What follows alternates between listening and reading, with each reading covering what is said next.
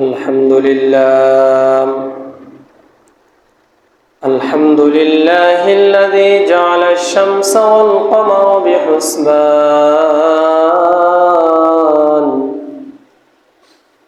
والنجم والشجر يسجدان وفضل زمانا على زمان كما فضل مكانا على مكان وإنسانا على إنسان ونشهد أن لا إله إلا الله وحده لا شريك له ونشهد أن سيدنا ومولانا محمدا عبده ورسوله أرسله بالحق بشيرا ونذيرا وداعيا إلى الله بإذنه وسراجا وقمرا منيرا أما بعد فأعوذ بالله من الشيطان الرجيم سبحان الذي أسرى بعبده ليلا من المسجد الحرام إلى المسجد الأقصى الذي باركنا حوله لنريه من آياتنا إنه هو السميع العليم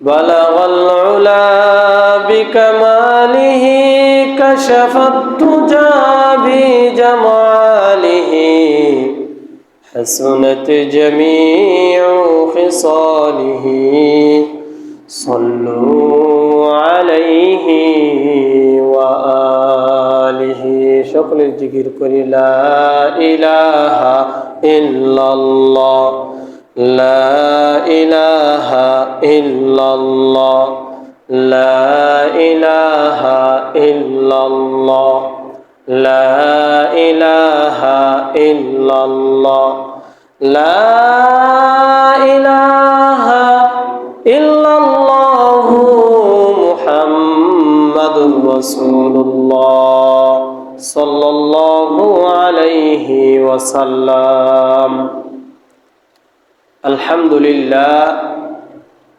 সুম্মা আলহামদুলিল্লাহ।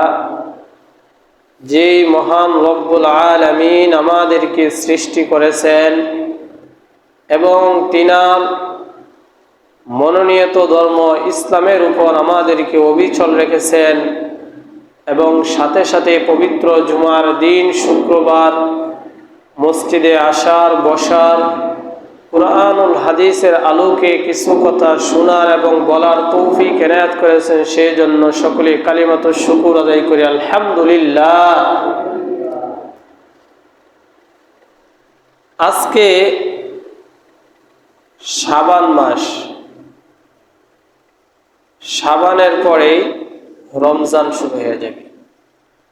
এই শাবান মাস আল্লাহর রাসূল সাল্লাল্লাহু আলাইহি ওয়াসাল্লাম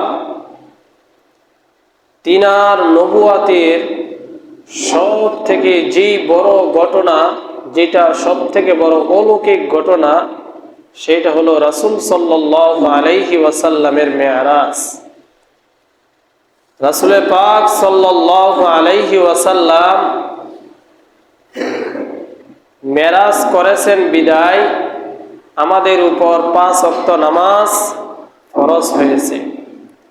আল্লাহর রাসূল সাল্লাল্লাহু আলাইহি ওয়াসাল্লাম সরাসরি আল্লাহ তাআলার সাথে সাক্ষাৎ করে আমাদের জন্য 5 ওয়াক্ত নামাজের যে বিধান, এইটা আল্লাহ তাআলা আমাদেরকে দান করেছেন। রাসূলুল্লাহ সাল্লাল্লাহু আলাইহি ওয়াসাল্লাম তিনাকে মুহাব্বত করার কারণে আল্লাহ তাআলা সরাসরি সাক্ষাতের জন্য আল্লাহর রাসূল সাল্লাল্লাহু আলাইহি ওয়াসাল্লাম কে জিবরাইল আলাইহি ওয়াসাল্লামের মাধ্যমে আকাশের সর্বোচ্চ স্তরে নিয়ে আল্লাহ তাআলা সাক্ষাৎ করলেন। এবং কিভাবে তিনি সাক্ষাৎ করলেন এই সমস্ত ঘটনা রাসূল পাক সাল্লাল্লাহু আলাইহি ওয়াসাল্লাম তিনার হাদিসের মধ্যে উল্লেখ করে গিয়েছেন। সাথে সাথে আল্লাহ তাআলা তার রাসূলের মর্যাদা এবং তিনার রাসূলের বরত্ব প্রকাশ করার ক্ষেত্রে সূরা বনী ইসরাঈলের মধ্যে 15 নম্বর পারা 1 নম্বর পৃষ্ঠার মধ্যে এই মেরাজের ঘটনা আল্লাহ তাআলা উল্লেখ করেন। সুবহানাল্লাযী ইয়াসরা বিআবদিহি লাইলাম মিনাল মাসজিদিল হারাম ইলাল মাসজিদিল আকসাল্লাযী বারাকনা হাওলাহু লিনুরিয়াহু মিন আয়াতিনা ইন্নাহু হুয়াস সামিউল আলীম। আল্লাহ তাআলা বলেন, সমস্ত মর্যাদার ঊর্ধ্বে আল্লাহ তাআলা আল্লাহর রাসূল সাল্লাল্লাহু আলাইহি ওয়াসাল্লাম যখন এশারের নামাজের পর তিনি শোয়ার জন্য রওনা হচ্ছিলেন, তখন রাসূল পাক সাল্লাল্লাহু আলাইহি ওয়াসাল্লামকে উদর্ব গমনের জন্য নিয়ে যাওয়ার জন্য হযরত জিবরাইল আলাইহি ওয়াসাল্লাম আসলেন। এবং জিবরাইল আলাইহি ওয়াসাল্লাম এসে বললেন, হে আল্লাহর হাবিব, আপনি ওযু করে আমার সাথে আল্লাহ তাআলার সাথে সাক্ষাতের জন্য তৈরি হয়ে নেন। তখন রাসূল পাক সাল্লাল্লাহু আলাইহি ওয়াসাল্লাম ওযু করে মক্কা থেকে বাইতুল মুকাদ্দাস পর্যন্ত রওনা করেন। আর এই রাসূল পাক সাল্লাল্লাহু আলাইহি ওয়াসাল্লাম যেই সুয়ারের মধ্যে উঠেছিল, সেই সুয়ারকে বলা হয়, এই সুয়ারের মধ্যে যে উঠেছিল সেই বুরাক নামক সুয়ারি। এই সুয়ারিটা এমন ছিল, এটা গাদার থেকে কিছুটা বড়, ঘোড়ার থেকে কিছুটা ছোট। এই সমবয়সে একটি বাহনের মধ্যে আল্লাহর রাসূল সাল্লাল্লাহু আলাইহি ওয়াসাল্লাম উঠেন এবং রাসূল পাক সাল্লাল্লাহু আলাইহি ওয়াসাল্লাম কাবা শরীফ থেকে নিয়ে বাইতুল মুকাদ্দাসের দিকে রওনা হলেন। এবং পথিমধ্যে তিনি একটি ব্যবসায়িক কাফেলাদেরকে দেখতে পান, তারা বাইতুল মুকাদ্দাস থেকে মক্কার দিকে রওনা হচ্ছিল। এবং রাসূল পাক সাল্লাল্লাহু আলাইহি ওয়াসাল্লাম তাদের সাথে কথোপকথন বিনিয়োগ করে যখন বাইতুল মুকাদ্দাসে যান, বাইতুল মুকাদ্দাসে যাওয়ার পর ওই বুরাক নামক সেই বাহনকে রাসূল পাক সাল্লাল্লাহু আলাইহি ওয়াসাল্লাম যেখানে বাঁধা, পশু বাঁধার যেই জায়গাটা, সেই জায়গার মধ্যে বাঁধলেন এবং সমস্ত আম্বিয়া পয়গম্বরদেরকে আল্লাহ তাআলা কুদরতের মাধ্যমে ওই বাইতুল মুকাদ্দাসের ভিতরে একত্রিত করে দেন। এবং তখন রাসূল পাক সাল্লাল্লাহু আলাইহি ওয়াসাল্লাম সমস্ত আম্বিয়া পয়গম্বরদেরকে তিনি সাথে নিয়ে তাহিয়াতুল মসজিদ নামে এই সালাতটা আদায় করলেন।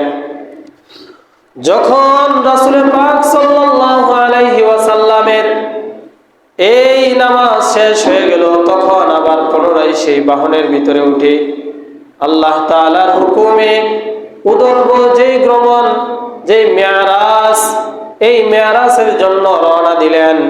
রাসূল পাক সাল্লাল্লাহু আলাইহি ওয়াসাল্লাম বলেন, আমার বুরাক নামক সেই বাহনের গতি বা এত দূরত্ব, এত দ্রুত চলতো যে তার এক পা থাকতো দৃষ্টির সীমার শুরুতে, আর এক পা গিয়ে পড়তো তার দৃষ্টির সীমার শেষে।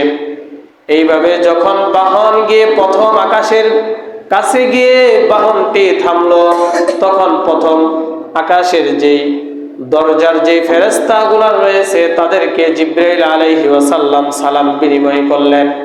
সালাম বিনিময় করার পর তারা জিজ্ঞাসা করলো, আপনি কে? বললেন, আমি জিবরাইল আলাইহিস সালাম। তারপর তারা জিজ্ঞাসা করলো, আপনার সাথে কে? বলল, আমার সাথে আকায়ে নামদার জনাবে মুহাম্মদ রাসূলুল্লাহ সাল্লাল্লাহু আলাইহি ওয়াসাল্লাম, যিনি সমস্ত সৃষ্টিকুলের নবী। এই নবীকে আল্লাহ তাআলা তিনার দিদারের জন্য আমাকে আনতে পাঠিয়েছেন। যখন এই কথা বললেন, বলার সাথে সাথে প্রথম আকাশের দরজাটা খুলে দিল। প্রথম আকাশের দরজা খুলে দেওয়ার পর সমস্ত প্রথম আকাশের ফেরেশতাগণ রাসূল পাক সাল্লাল্লাহু আলাইহি ওয়াসাল্লামের উপর দুরূদ এবং সালাম বর্ষিত করলেন। এবং কথা বিনিয়োগ করার পর এক নবীর সাথে দেখা হলো। সেই নবীর সাথে তিনি সমস্ত আলাপ আলোচনা করার পর তিনি আবার দ্বিতীয় আকাশের দিকে রওনা হলেন। এইভাবে দ্বিতীয় আকাশের দিকে যখন রওনা দিলেন, প্রথম আকাশের মতোই দ্বিতীয় আকাশের ফেরেশতারাও এইভাবে প্রশ্ন করলো। একই উত্তর দিলেন জিবরাইল আলাইহিস সালাম। দ্বিতীয় আকাশের মধ্যে গিয়ে দেখলেন দুই খালাতো ভাই নবী, যিনারা হলেন হযরত ইয়াহইয়া আলাইহিস সালাম এবং হযরত ঈসা আলাইহিস সালাম। তাদের দুইজনের সাথে কথা বিনিয়োগ করার পর আবার পুনরায় চলে গেলেন তৃতীয় আকাশের দিকে রওনা দেওয়ার জন্য। তৃতীয় আকাশে যখন যান, তৃতীয় আকাশে গিয়ে দেখেন এইখানে হযরত আদম আলাইহিস সালাম রয়েছেন। এইভাবে যখন চতুর্থ আকাশে যান, চতুর্থ আকাশে গিয়ে দেখেন হযরত ইদ্রিস আলাইহিস সালাম। এইভাবে যখন পঞ্চম আকাশে যান, পঞ্চম আকাশে গিয়ে দেখেন হযরত দাউদ আলাইহিস সালাম। এইভাবে যখন ষষ্ঠ আকাশে যান, ষষ্ঠ আকাশে গিয়ে দেখেন হযরত মূসা আলাইহিস সালাম। এইভাবে যখন সপ্তম আকাশে যান, সপ্তম আকাশে গিয়ে দেখেন হযরত ইব্রাহিম আলাইহিস সালাম। মুসলমানদের নাবালেগ কুচিকাচা বাচ্চাদেরকে তিনি বিভিন্ন বিষয়ের জ্ঞান তাদেরকে শিক্ষা দিতেছেন। এই জ্ঞান যখন শিক্ষা দিতেছেন, এই যেই জায়গার মধ্যে বসে তিনি এই ছোট বাচ্চাদেরকে জ্ঞান শিক্ষা দিতেছেন, ওই জায়গার মধ্যে এমন একটি গাছ ছিল। ওই গাছের যে পাতাগুলা, প্রতিটি পাতা হাতির কানের মতো বড়, এবং ওই গাছের ভিতরে যে ফল ছিল, এই ফলগুলা হতো একটি মটকের মতো বড়। এই মটক কাকে বলে? মুফাসসিরে আকরাম এই মটকের পরিমাণ সম্পর্কে বর্ণনা করেন, এমন একটি পানির মশক, যেই মশকের ভিতরে 10 লিটারের মতো পানি আবদ্ধ করা যায়। এতটুকু যেই পরিমাণ বড় হতে পারে পাত্রটা, ওই গাছের ফলগুলো প্রায় এতটুকু বড়। যখন এই সপ্তম আকাশে রাসূল পাক সাল্লাল্লাহু আলাইহি ওয়াসাল্লাম গিয়ে পৌঁছলেন, তখন জিবরাইল আলাইহিস সালাম আরেকটু উপর পর্যন্ত গেলেন। উপরে গিয়ে দেখেন বাইতুল মামুর। বাইতুল মামুর হলো ফেরেশতাদের কাবা। যেমন দুনিয়ার ভিতরে বাইতুল কাবা যেমন রয়েছে, যে কাবার ভিতরে সমস্ত মানুষ এবং সমস্ত জিন্নাতরা এই কাবাকে চক্কর করে, ঠিক এমনি ভাবে বাইতুল মামুরের মধ্যেও সমস্ত ফেরেশতাগণ এই কাবার মধ্যে তারা ঘুরপাক খায়। বাইতুল মামুর এমন একটি কাবা, যেই জায়গার মধ্যে আল্লাহ তাআলার সৃষ্টি জগৎ থেকে নিয়ে আজ পর্যন্ত প্রতিদিন 70,000 করে ফেরেশতা এই বাইতুল মামুরের চতুর্দিকে তারা তওয়াফ করে। কিন্তু যেই ফেরেশতাগণ জীবনে একবার এই বাইতুল মামুরের দিকে তওয়াফ করে, সে আর জীবনে কখনোই এই বাইতুল মামুরের মধ্যে তওয়াফ করার আর সুযোগ পায় না। এটা দ্বারা বোঝার বিষয় হলো এই, আল্লাহ তাআলা কি পরিমাণ ফেরেশতাদেরকে সৃষ্টি করেছেন, তার ফেরেশতার কোনো হিসাব মানুষের মাথার ভিতরে এটা কখনো ধরবে না। যখন এই বাইতুল মামুরের শেষ সীমার ভিতরে পৌঁছে গেলেন জিবরাইল আলাইহিস সালাম, তখন রাসূল পাক সাল্লাল্লাহু আলাইহি ওয়াসাল্লামকে জিবরাইল আলাইহিস সালাম বললেন, হে আল্লাহর হাবিব, আমার সীমানা এই পর্যন্তই, এর উপরে যদি আমি এক চুল পরিমাণ আমি সামনের দিকে অগ্রসর হই, আমার 6000 পাখা এইখানেই পুরে ছাই হয়ে যাবে। সকলে বলি সুবহানাল্লাহ। আল্লাহ তাআলার নূরের তাজাল্লি এই পরিমাণ, যেই নূরের তাজাল্লি যদি আমার এই 6000 পাখার ভিতরে একটু হ্রাস পায়, তাহলে আমি এই জিব্রাইল আমার এই সমস্ত বিশাল দেহ বা বিশাল এই পাখার বহর পুরে নিমেষে ছাই হয়ে যাবে। তখন রাসূল পাক সাল্লাল্লাহু আলাইহি ওয়াসাল্লামকে আগিয়ে নেওয়ার জন্য একটি মাধ্যম আসলো, যেইটাকে বলা হয় রফ। এই রফের মাধ্যমে সরাসরি আল্লাহ তাআলার কাছে তিনি দিদারের জন্য, সাক্ষাতের জন্য চলে যান। আল্লাহ তাআলা তিনার হাবিবকে প্রশ্ন করলেন, আপনি আমার জন্য আমার বাড়িতে যে বেড়াতে আসলেন, আপনি আমার জন্য এমন কি বস্তু আনছেন যেই বস্তুর মালিক শুধু আপনি? তখন রাসূল পাক সাল্লাল্লাহু আলাইহি ওয়াসাল্লাম চতুর্দিক গবেষণা করে দেখেন আল্লাহ তাআলা প্রত্যেক বস্তুরই মালিক, তা আমার মালিকানার ভিতরে তো আমার কোনো কিছুই নাই। তখন রাসূল পাক সাল্লাল্লাহু আলাইহি ওয়াসাল্লাম বলেন, যেদিকে তাকাই সেদিকে শুধু আপনার বিশাল মালিকত্বের বিস্তার। আমি এমন কোনো জিনিস পাই নাই যে এক বন্ধুর কাছে আরেক বন্ধু যাওয়ার জন্য যে কি হাদিয়া পেশ করব, এই হাদিয়া দেওয়ার মতো কোনো বস্তু আমার চোখের সামনে পড়ে নাই। তখন রাসূল পাক সাল্লাল্লাহু আলাইহি ওয়াসাল্লাম বলেন, আমার দেওয়ার মতো শুধু এতটুকু এনেছি। যেমন আত্তাহিয়াতুর ভিতরে আমরা পড়ি আত্তাহিয়াতু লিল্লাহি ওয়াস সালাওয়াতু ওয়াত তাইয়্যিবাত। আমার যাবতীয় ইবাদত, আমার কুরবানি, আমার একত্ববাদের বিশ্বাসের যেইটুকু রয়েছে, এইটুকুর হাদিয়ায় আমি আপনার সম্মুখে আনলাম। এইটা যখন আল্লাহর রাসূল সাল্লাল্লাহু আলাইহি ওয়াসাল্লাম হাদিয়া স্বরূপ পেশ করলেন, তখন আল্লাহ তাআলা তার রাসূলকে দিতেছেন, আসসালামু আলাইকা আইয়ুহান নাবিয়্যু ওয়া রাহমাতুল্লাহি ওয়া বারাকাতুহু। হে আল্লাহর রাসূল, আমার পক্ষ থেকে আপনার উপর শান্তি বর্ষিত হোক এবং রহমত এবং বরকত বর্ষিত হোক। এই ছিল এক বন্ধু আর এক বন্ধুর ভিতরে কথোপকথন এবং হাদিয়া স্বরূপ। যখন বিভিন্ন আলোচনার পরে আল্লাহ তাআলা তিনার হাবিবকে আল্লাহ তাআলার যে বিধান 5 ওয়াক্ত নামাজ আমরা পেয়েছি, এই নামাজকে আল্লাহ তাআলা 50 ওয়াক্ত করে দিলেন। যখন এই 50 ওয়াক্ত নামাজ নিয়ে রাসূল পাক সাল্লাল্লাহু আলাইহি ওয়াসাল্লাম আবার দুনিয়ার দিকে রওনা দিলেন, প্রতিমধ্যে 6ষ্ঠ আকাশে মূসা আলাইহি ওয়াসাল্লামের সাথে সাক্ষাৎ হয়। এইভাবে মূসা আলাইহি ওয়াসাল্লাম বললেন, আমার উম্মতের উপর মাত্র 2 ওয়াক্ত নামাজ ফরজ ছিল, এটাই তাদের জন্য কঠিন হয়ে গেল, আর আপনি আপনার উম্মতের জন্য 50 ওয়াক্ত নামাজ নিয়ে আসলেন। এইটা কিভাবে আপনার উম্মত এই পালন করবে?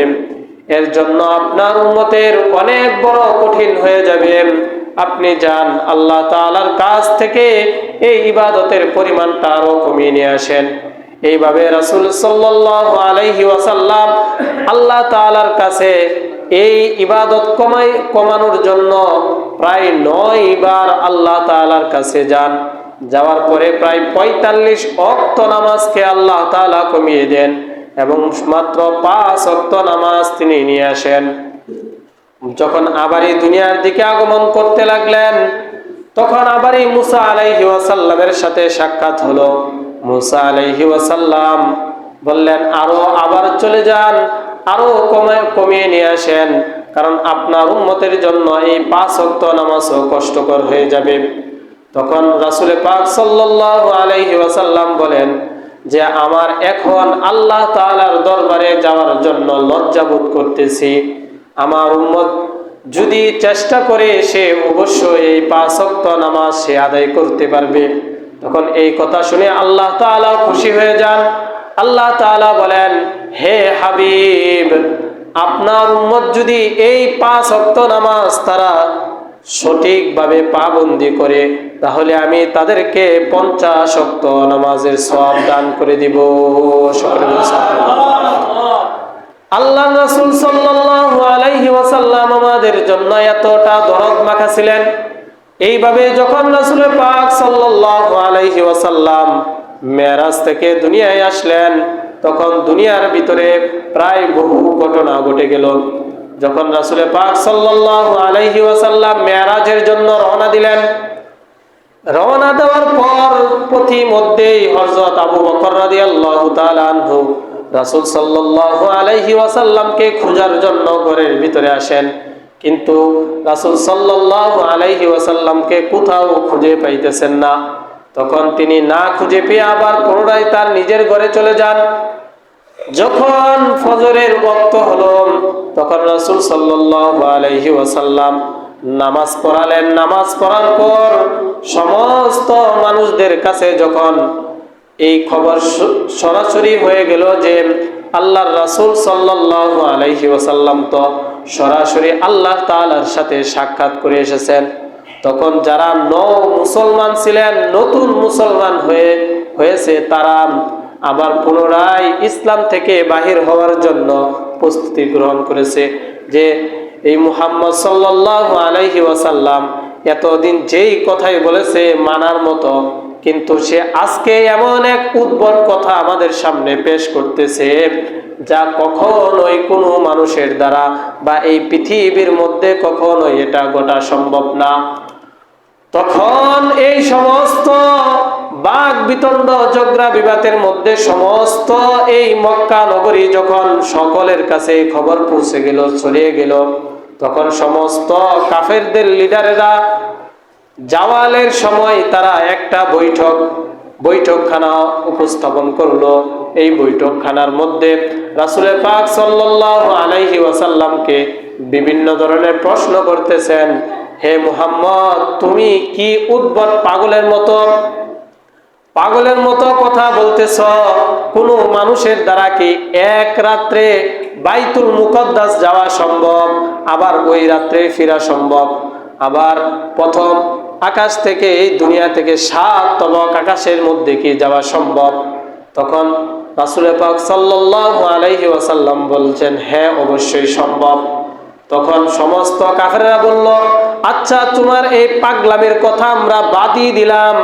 তুমি যেহেতু এই মক্কা থেকে বাইতুল মুকদ্দাস প্রায় 400 কিলোমিটার, প্রায় 400 মাইল যেই দূরত্ব, এই জায়গা তুমি এক রাতে কিভাবে ভ্রমণ করে আবার মক্কার মধ্যে ফিরে আসলে?